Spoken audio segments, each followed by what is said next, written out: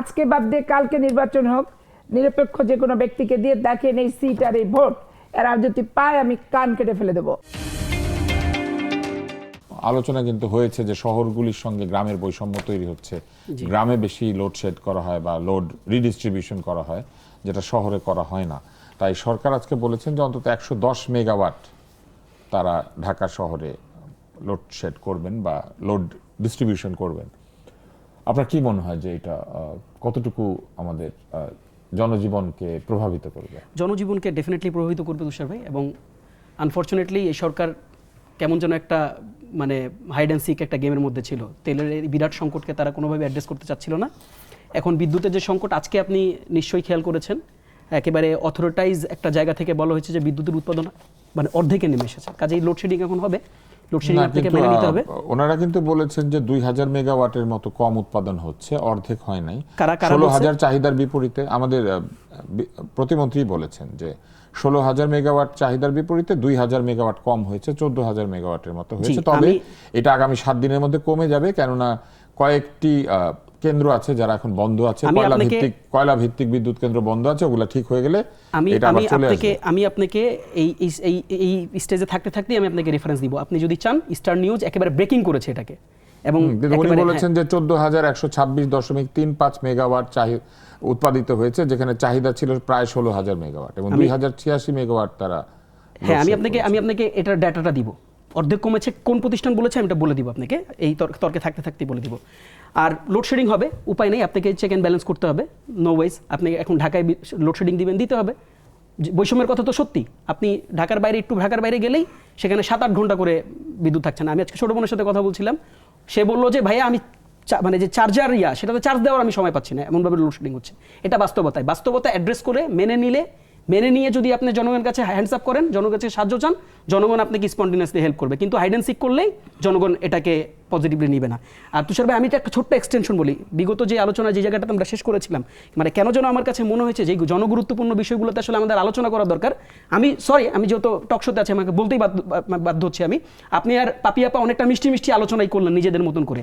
এবং আমি আজকে আপনাকে বলি, আজকে বাংলাদেশের দিকে যদি তাকান, হামের কারণে বাচ্চারা মারা যাচ্ছে, বিদ্যুৎ উৎপাদন অলরেডি কমে গেছে এত সিভিয়ারলি। আমের জন্য বাচ্চা মারা যাচ্ছে, আমি উত্তর অবশ্যই আছে, এটা সরকারের দায় আছে, আমি বলবো আপনাকে। এই সরকারের দায় আছে, আমি আপনাকে ডাটা দিয়ে বলবো, এবং অলরেডি এটা ডিসেন্ট এবং আমি আপনাকে বলি তুষার ভাই, বিগত সরকার ইন্টারিম তারা 3 লক্ষ হামের টিকা প্রকিউর করছে, এবং 3 লক্ষ হামের টিকার প্রকিউরমেন্টের 2 লক্ষ হামের টিকা অলরেডি আমাদের এখানে আছে।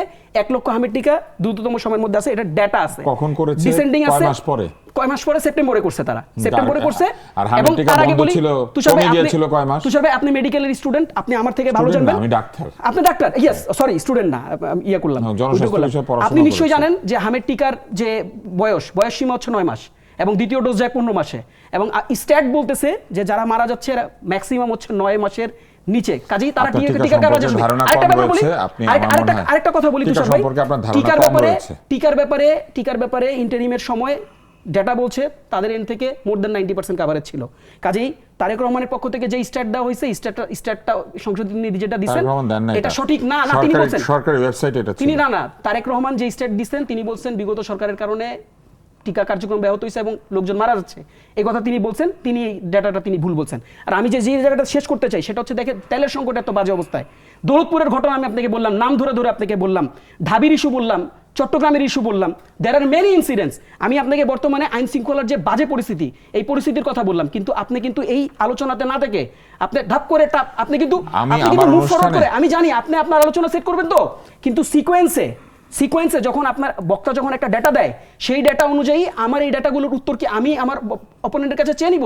তুষার ভাই, আপনি এই শোটা কন্ডাক্ট করেন, আপনি এইখানে দায়িত্বশীল ভূমিকাটা নেবেন। আমি যে প্রশ্নগুলো রেখে গিয়েছি, দৌলতপুরের ঘটনায় কেন সরকারের সংশ্লিষ্টতা ছিল, দৌলতপুরের এই ঘটনা নিয়ে আসেন, তার সেন্স আপনি যে আমাকে উপস্থাপনা শেখাচ্ছেন, তো আসেন এই উত্তরটা আমি আপনাকে উত্তরটা দিয়ে দিই, কারণ উত্তরটা এখন দিতে হবে আমাকে।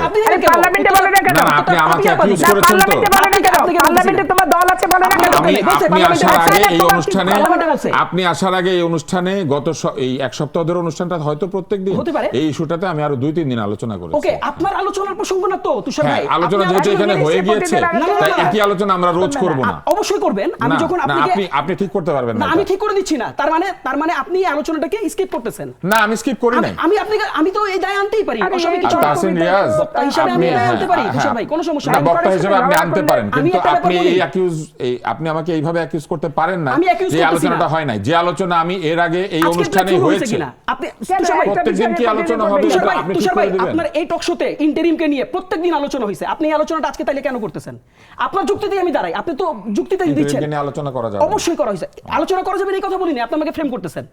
ইন্টারিম নিয়ে আলোচনা করা যাবে না এই কথা কখনোই সমস্যা বলা কোথায় বুঝতে পারেন না তো? আবারও আপনি সমস্যা বলার মাধ্যমে ফ্রেম করতেছেন তুষার ভাই। আমি ক্লিয়ারলি বলছি, অন্তর্বর্তীকালীন সরকার ইন্টারিমের আলোচনা যদি আপনি বারবার ঘুরে ঘুরে আনেন, তাহলে- মাধ্যমে হ্যাঁ, আমি ইন্টারিমের আপনার কথা আলোচনা শুনতে বারবার পেয়েছি, ঘুরে এবার আনলে আপনি আলোচনাটা বলেন। কেন আসবে না? হ্যাঁ, এখানে শেষ হয়েছে, এবার আপনি বলেন। এই জামাতে ইসলামকে এতগুলো সিট এবং এনসিপির সাথে জোট করিয়েছে, এদেরকে এই সিটগুলো দিয়েছে।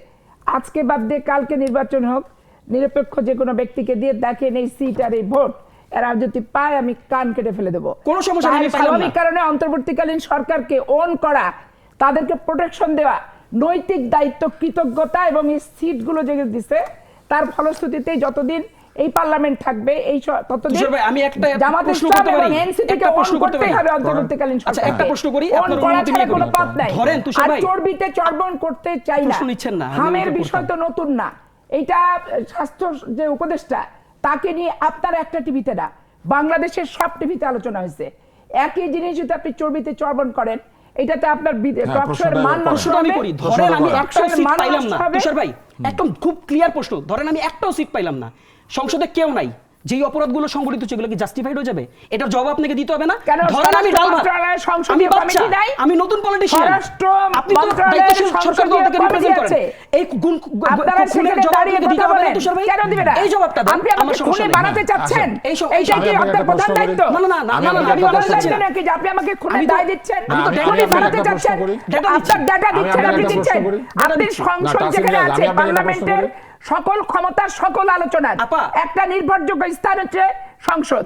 সেখানে সংসদীয় কমিটি আছে, তাহলে সংসদীয় পেপার কমিটির পত্রিকার সভাপতি ডাটা বলতে আছে, পারবো না? অবশ্যই দেবেন। তাহলে সেটাই পেপার দিলাম। পত্রিকার এই ডাটা নিয়ে আপনার বিরোধী দলীয় যে উপনেতা আছে, হ্যাঁ। তাকে আগামীকালকে আসেন। পার্লামেন্টে উপস্থাপন তাসিন করতে রিয়াজ, বলেন। আমি তার মানে আপনাকে টক একটা শোতে কি প্রশ্ন আলোচনা করবো? না, আমরা তো আমি আলোচনা আপনাকে করবো না। একটা তুষার ভাই, আপনি এটাকে একটু সলভ করেন না, তাহলে। সলভ করে দিচ্ছি। আমি আমাকে আপনাকে বলেন, একটা আমি- প্রশ্ন করি, আপনি সলভ করবেন। না, না, আমাকে একটু বলেন। আচ্ছা, ঠিক আছে, তুষার ভাই, ঠিক আছে। আমাকে একটু বলেন। আমি না, না, আপনাকে তুষার একটা ভাই, আমার প্রশ্ন করি, প্রশ্নটা আপনি একটু সলভ করবেন। বলেন। হ্যাঁ, প্রশ্নটা হচ্ছে সকল খুনের বিচার হইতে হবে। হইতে হবে। তাহলে যে একটা ছেলেকে যে ওই যে বিশ্ববিদ্যালয়ে ভাত টাত খাওয়ায় পিটায় মারা হলো, মারা বিচার হওয়া হয়েছে? উচিত? অবশ্যই হওয়া উচিত। আচ্ছা, তারপরে দীপুকে যে হত্যা করা হলো পুড়িয়ে, বিচার হওয়া উচিত? অবশ্যই হওয়া উচিত। হ্যাঁ, তাহলে অন্তর্বর্তী সরকারের তার এটারও হ্যাঁ। জবাব দেওয়া উচিত। অবশ্যই দেওয়া উচিত। এই জন্য আমরা অন্তর্বর্তী সরকারকে নিয়ে আলাপ করি। আচ্ছা, তাহলে এই সরকারকে নিয়ে আলোচনাটা কেন করলেন না? হচ্ছে তো। কোথায় হচ্ছে? আপনি তো হচ্ছে। করেন নাই। এই অনুষ্ঠানে করেছি। আমি তো মেনে নিছি। আপনি এবার আমি শোনেন আপনাকে নাই। বলি তুষার ভাই, এই আপনি এটা খুনগুলোর শোনেন বিচার নাই। হওয়া উচিত না? আপনি 30টা এটা শোনেন নাই। অন্তর্কন্দলের বিচার উচিত হওয়া তো। উচিত। হ্যাঁ, কোনো তুষার ভাই, ধরনের indemnity থাকা উচিত না। দৌলতপুরে যারা কোনো দিয়েছিল ধরনের indemnity থাকা উচিত না। তাদের অ্যারেস্ট হওয়া উচিত না? কোনো indemnity থাকা যেই উচিত যাকে না। অস্ত্র উচ্চারণ কেউ দেখা যদি গেল হত্যা করে, তাদের হত্যার তাদের বিচার অ্যারেস্ট হইতে হওয়া উচিত হবে। না? শরীফ কিন্তু ওসমান খেয়াল করে হাদির দেখেন, হত্যার বিচার হইতে আপনি হবে। এটা বলেন নাই তো। তনু হত্যার আপনি এটা বিচার বলতেছেন হইতে না হবে। তো। সব হত্যার You are বিচার not হইতে saying হবে। this. You are not saying হবে this. এবং You are taking সমস্ত an হত্যা escaping. হবে। না, না, সমস্ত তুষার ভাই। হত্যার বিচার হতে হবে। We are not skipping. ধন্যবাদ, ধন্যবাদ। আমরা আজকের অনুষ্ঠান এখানে এসে শেষ করছি, কারণ আর সময় শেষ হয়ে গেছে এবং যেহেতু সময় শেষ হয়ে গেছে আমরা এই আলোচনা আরো সামনের দিকে নেব। তবে আমি প্রায় 36 বছরের বেশি উপস্থাপনা করি, টেলিভিশনে আসা যাওয়া করি। আমার আজকে ভালো লেগেছে যে উপস্থাপনার বিষয়ে আমাকে আরো শিখতে হবে, আরো জানতে হবে এবং নিশ্চয়ই আমি উপস্থাপনা সম্পর্কে আমার আরো শিখতে হবে, জানতে হবে এবং এই জন্যই চলমান। আমরা চলমান এই জীবনের মধ্যে প্রতিদিন নতুন কিছু শিখি। আজকে জনস্বাস্থ্য বিশেষজ্ঞ হিসেবে আমাকে এটাও শিখতে হবে যে টিকা ক্রয় যদি সময় মতো না হয়, মাঝখানে যে এই যে গ্যাপ উইন্ডো যেটা তৈরি হয়েছে, যেখানে টিকা প্রদান করা যায় নাই, সেখানে যারা রোগ প্রতিরোধ ক্ষমতা তৈরি করতে পারেন নাই এবং না করতে পারার ফলে যে হার্ড ইমিউনিটি বা দলগত যে রোগ প্রতিরোধ ক্ষমতা সেটা কমে গেলে যে এই ধরনের একটু উচ্চ সংক্রমণশীল ব্যাধি ঢুকে পড়তে পারে একটা সমাজের মধ্যে, একটা কমিউনিটির মধ্যে, সেই বিষয়গুলি নিয়ে আসলে জনস্বাস্থ্য বিশেষজ্ঞদের আসলে গবেষণা করতে হবে। কারণ অন্তর্বর্তী সরকারের কোনো দায় নাই। নূরজাহান বেগম যে এই টিকার HPNSP সাইন করেন নাই, এটার কোনো দায় নাই। এরকম একটি আলোচনা আজকে এখানে এসেছে। ফলে আমি আবার জনস্বাস্থ্য বিষয়ে বইপত্র পড়াশোনা করব। নিশ্চয়ই ভবিষ্যতে চলমানে আমরা এইগুলি নিয়ে আলাপ করব।